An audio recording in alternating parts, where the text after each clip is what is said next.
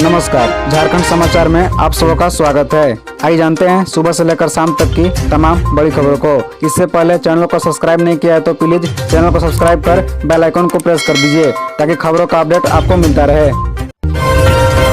अगले महीने सम्मानित किए जाएंगे मैट्रिक इंटर के टॉपर्स, मिलेगा इनाम। दरअसल झारखंड में मैट्रिक और इंटर के टॉपर्स को जुलाई में सम्मानित किया जाएगा। हर स्कूलों में मैट्रिक व इंटर के 3 संकायों में टॉप 10 आने वाले छात्र छात्राओं को सम्मानित किया जाएगा। स्कूली शिक्षा व साक्षरता विभाग ने झारखंड एकेडमिक काउंसिल की ओर से रिजल्ट जारी करने से पहले ही इसके निर्देश सभी जिलों को दे दिए थे। इसी बीच गर्मी की छुट्टियां चल रही थी। ऐसे में जुलाई से अपने स्कूल के टॉप 10 में आने वाले छात्र छात्राओं को सम्मानित किया जाएगा। बता दें कि सम्मान के रूप में शील्ड, मेडल समेत स्कूल अपनी ओर से अन्य सम्मान देंगे। समारोह का आयोजन पहले स्कूल में टॉप 10 आने वाले छात्र छात्राओं को फोटो सहित पोस्टर व फ्लेक्स बनाने और उसके बारे में प्रचारित किया जाएगा। समारोह के दिन स्थानीय जन प्रतिनिधि समेत लोगों को बुलाकर टॉपर्स को सम्मानित किया जाएगा। फ्लेक्स निर्माण समेत सम्मान सामग्री की राशि सरकार देगी। स्कूल यह राशि विद्यालय विकास अनुदान से निकाल सकेंगे। झारखंड में राजभवन के साथ बढ़ा सत्ताधारी दल का टकराव, जेएमएम ने बीजेपी पर किया तंज। दरअसल झारखंड में राजभवन के साथ सत्तारूढ़ पार्टी का टकराव बढ़ता जा रहा है। पहले ही राज्यपाल सीपी राधाकृष्णन के दादागिरी वाले बयान से कानाफूसी हो रही थी और अब कुंडहित में विधानसभा स्पीकर रविंद्रनाथ महतो राजभवन पर बीजेपी के इशारे पर काम करने का आरोप लगाए जाने के बाद तल्खी और बढ़ गई है। स्पीकर के बयान को लेकर मंगलवार को बीजेपी प्रतिनिधिमंडल ने राज्यपाल से मुलाकात की तो झारखंड मुक्ति मोर्चा ने तंज किया। झामुमो के केंद्रीय महासचिव सुप्रियो भट्टाचार्य ने कहा कि बीजेपी ने राज्यपाल को नया टास्क दिया है। सुप्रियो भट्टाचार्य ने रविंद्रनाथ महतो की राजभवन पर की गई टिप्पणी को सही ठहराते हुए कहा कि वे स्पीकर हैं लेकिन पार्टी के नेता भी। जनप्रतिनिधि होने के नाते जनता को उनसे आकांक्षाएं हैं। गौरतलब है कि तकरीबन 4 महीने पहले झारखंड में 11वें राज्यपाल के रूप में पदभार संभालने वाले सीपी राधाकृष्णन ने हेमंत सरकार द्वारा विधानसभा से पारित आरक्षण बिल को लौटने के बाद से उपजा विवाद बढ़ता जा रहा है। इसी का उदाहरण देते हुए कुंडहित में जनसभा को संबोधित करते हुए स्पीकर रविंद्रनाथ महतो ने कहा कि सरकार ने आरक्षण बिल पास किया लेकिन राजभवन ने लौटा दिया।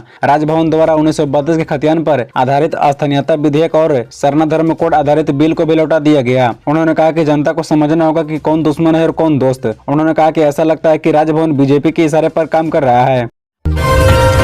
सांसद संजय सेठ ने कहा, रांची हावड़ा वंदे भारत सितंबर से पहले और रांची बनारस वंदे भारत भी जल्द चलेगी। दरअसल आपको बता दें कि मंगलवार को रांची पटना वंदे भारत एक्सप्रेस ट्रेन की शुरुआत हो गई। इस मौके पर रांची रेलवे की ओर से आयोजित समारोह में पहुंचे कई नेताओं ने लोगों की जरूरत का ध्यान रखते हुए कई ट्रेनों की मांग की और कई ट्रेनों के ठहराव की भी जरूरत बताई। सांसद संजय सेठ ने कहा कि रांची पटना के बाद सितंबर से पहले रांची के हावड़ा तक वंदे भारत ट्रेन की शुरुआत हो जाएगी। साथ ही रांची से बनारस के लिए Vande Bharat train final stage पर है, इसकी भी जल्द घोषणा हो जाएगी। वहीं सांसद ने टाटी सिल्वा स्टेशन पर 3 ट्रेनों के ठहराव की मांग की है जो कोरोना समय से बंद हुआ था। उन्होंने कहा कि लोगों को काफी परेशानी हो रही है। यहाँ हटिया इस्लामापुर एक्सप्रेस, क्रिया योग एक्सप्रेस और संबलपुर जम्मूतवी एक्सप्रेस ट्रेनों का ठहराव दिया जाए। साथ ही लोहरदगा, रांची व दिल्ली तक शटल ट्रेन चलाई जाए। बता दें कि जीएम अर्चना जोशी ने इन मांगों को जल्द पूरा करने की बात कही है। बता दें कि केंद्रीय शिक्षा राज्य मंत्री अन्नपूर्णा देवी ने कहा कि वंदे भारत के चलने से कोडरमा क्षेत्र के लोगों को काफी फायदा होगा। वहीं रांची से दिल्ली तक नई ट्रेन जुलाई महीने में शुरू होगी। नया रैक रांची पहुंच चुका है।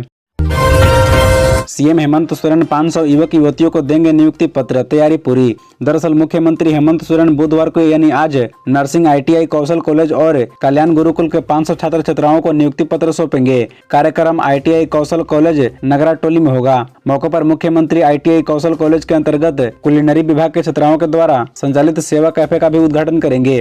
गौरतलब है कि हाल ही में 22 जून को मुख्यमंत्री हेमंत सोरेन ने राज्य में 2550 पंचायत सचिव व लिपिक को नियुक्ति पत्र प्रदान किया था। अब 500 और लोगों को नियुक्ति पत्र दिए जाना है। बता दें कि पेरेजा फाउंडेशन राज्य के 24 जिलों में 28 कल्याण गुरुकुल, 8 नर्सिंग कौशल कॉलेज और 1 आईटीआई कौशल कॉलेज का संचालन कर रहा है। इस परियोजना के माध्यम से अभी तक 30,000 से अधिक युवक युवतियों को देश की कई प्रतिष्ठित कंपनियों में रोजगार प्राप्त हुआ है।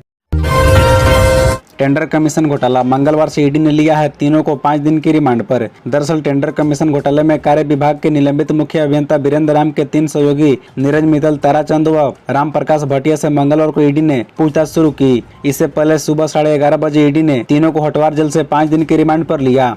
बता दें कि तीनों ने यह स्वीकार किया है कि वे वीरेंद्र राम के काले धन को सफेद करने के लिए कमीशन लेते थे। ताराचंद की 3 फर्जी कंपनियों के बैंक खाते में नीरज मित्तल और राम प्रकाश भटिया की मदद से नकदी जमा करवाते थे और और उन कंपनियों के खाते से बीरेंद्र राम के चार्टर्ड अकाउंटेंट मुकेश मित्तल के कर्मचारियों व रिश्तेदारों के खाते में रुपए ट्रांसफर होते थे। इसके बाद उन खातों से बीरेंद्र राम के पिता गोंदाराम के खातों में रुपए भेजे जाते थे। वहीं रुपए से दिल्ली के साकेत में बीरेंद्र राम अपने पिता के नाम पर करोड़ों की संपत्ति खरीदी थी। ईडी का दावा है कि ताराचंद ने 3 फर्जी आधार कार्ड व पैन कार्ड के जरिए 3 फर्जी कंपनियां खाटू श्याम ट्रेडर्स, अनिल कुमार गोविंद राम ट्रेडर्स व ओम ट्रेडर्स के नाम पर खाते खोले, जिसका संचालन नीरज मित्तल करता था, जिसके बदले वह कमीशन लेता था। गरीबों का खाता खुलवाकर ठगी का पैसा सेटल करते हैं साइबर फ्रॉड, गिरफ्तार आरोपी ने किया खुलासा। दरअसल आपको बता दें कि साइबर फ्रॉड से सावधान, यह बात बीते कुछ महीनों से झारखंड में खूब कही जा रही है। साइबर क्राइम के तरीके धीरे धीरे बदल रहे हैं। ऑनलाइन ठग प्रलोभन देकर दूसरे के अकाउंट से पैसे लिया करते थे और उन्हें शिकार बनाते थे, लेकिन अब इनका शिकार वैसे लोग भी हैं जिनके पास न तो पैसे हैं और न ही बैंक अकाउंट। जी हाँ, एक ऐसा ही मामला सामने आया है रांची के नामकुम थाना क्षेत्र से। आइए मामला जानते हैं। दरअसल बीते दिन लोवाडी नामकुम स्थित भारतीय स्टेट बैंक के शाखा प्रबंधक के द्वारा आवेदन दिया गया कि 22 जून को SBI के दिल्ली ब्रांच से कॉल कर यह बताया गया कि एक अकाउंट नंबर के द्वारा साइबर फ्रॉड किया गया है। इस अकाउंट से करीब 3.25 लाख रुपए मांगे गए हैं, जिनमें से 25,000 रुपए इस खाते में डाला भी जा चुका है। इस सूचना के बाद पुलिस रेस हुई और मामले की जांच में जुट गई। बता दें कि पुलिस के द्वारा नामकुम थाना प्रभारी के नेतृत्व में एक टीम का गठन किया गया और त्वरित कार्रवाई करते हुए जानकारी निकाली गई कि जिस बैंक अकाउंट की बात की जा रही है वो सिमडेगा के रहने वाली अर्चना कुमारी के नाम पर है, जो अभी नामकुम के लोवाडी में मंजू देवी के मकान में किराए पर रहती है। जब अर्चना से पूछताछ की गई तो उसने बताया कि उसके साथ पढ़ाई करने वाले दोस्त सोहन कुमार के एक परिचित सुनील प्रजापति ने कौशल विकास योजना के तहत बेरोजगारी भत्ता के लिए उसका अकाउंट खुलवाया था। मिशन 2024 झारखंड में चुनावी मोड में राजनीतिक पार्टियां, हूल दिवस से झामुमो करेगा चुनाव का शंखनाद। दरअसल आपको बता दें कि झारखंड में लोकसभा चुनाव को लेकर राजनीतिक सरगर्मी तेज हो रही है। पार्टियां चुनावी मोड में आ रही है। पक्ष विपक्ष चुनावी बरसात पर गोलियां चलाने के लिए तैयार है। भाजपा, झामुमो, कांग्रेस चुनावी अभियान में जुट रहे हैं। भाजपा के केंद्रीय मंत्री, केंद्रीय नेता और प्रदेश के नेताओं की टीम लगातार लोकसभा क्षेत्र में कैंप कर रही है। भाजपा ने लोकसभावार तैयारी के लिए 3-3 लोकसभा का क्लस्टर बनाया है। लोकसभा के जिन विधानसभा सीटों पर भाजपा पिछड़ी थी वहाँ विशेष फोकस है। भाजपा का राष्ट्रीय अध्यक्ष JP नड्डा का दौरा हो चुका है। वहीं राज्य में सत्ताधारी पार्टी झामुमो लोकसभा की तैयारी में जुट गया है। बता दें कि मुख्यमंत्री हेमंत सोरेन हूल दिवस के दिन से कार्यकर्ताओं के बीच चुनावी शंखनाद करेंगे। संताल परगना में लोकसभा की 3 सीटें हैं, जिसमें राजमहल से झामुमो जबकि दुमका और गोड्डा से भाजपा के सांसद हैं। इस बार झामुमो का लक्ष्य है तीनों सीट पर कब्जा जमाना। इसी लक्ष्य को लेकर पार्टी तैयारी में जुटी हुई है। पूजा सिंघल, अर्जुन मुंडा समेत कई नेताओं के बॉडीगार्ड हटाए गए। जाने क्या है वजह। दरअसल देवघर के सरावनी मेला में ड्यूटी के नाम पर कैबिनेट मंत्री से लेकर विधायक व जेल में बंद पूजा सिंघल तक के बॉडीगार्ड हटा दिए गए हैं। बता दें कि खोटी में मनरेगा घोटाला मामले में गिरफ्तार निलंबित IAS अधिकारी पूजा सिंघल की गिरफ्तारी के 1 साल बाद उनके 2 बॉडीगार्ड को जमशेदपुर पुलिस ने वापस बुला लिया है। पूजा सिंघल के जमशेदपुर जिला पुलिस की ओर से 2 बॉडीगार्ड राजेश रंजन सिंह और विनोद कुमार सिंह आवंटित था। 28 जून को सभी आरक्षी बॉडीगार्ड को जिला पुलिस केंद्र में योगदान देना है। इस संबंध में गुलमुरी पुलिस केंद्र के प्रचारी परवर द्वारा 26 जून को निर्देश जारी कर दिया गया है। बता दें कि पूजा सिंघल के अलावा केंद्रीय मंत्री अर्जुन मुंडा, पूर्व राज्यसभा सांसद प्रदीप बालमुचु, पूर्व सांसद डॉक्टर अजय कुमार, विधायक मंगल कालिंदी, विधायक रामदास सोरेन, पूर्व विधायक लक्ष्मण टुडू, टाटा वर्कर्स यूनियन के अध्यक्ष संजीव कुमार चौधरी, पूर्व विधायक विजय कुमार आदि के अंगरक्षक को क्लोज कर दिया गया है।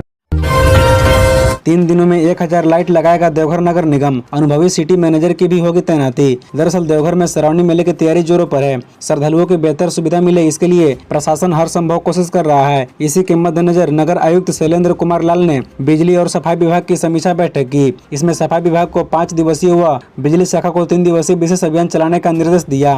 बता दें कि बिजली विभाग को 27 से अभियान शुरू कर 29 जून तक 3 दिनों के अंदर 1000 लाइट लगाने का निर्देश दिया, जबकि सफाई अभियान को 27 जून से शुरू होकर 1 जुलाई तक अभियान चलाने को कहा। इस संबंध में नगर आयुक्त श्री लाल ने कहा कि मेला शुरू होने के 2 दिन पहले से पूरा शहर साफ दिखेगा, इसलिए निगम के साफ सफाई के दोनों शाखाओं के कर्मियों को संयुक्त रूप से दायित्व सौंपा गया है।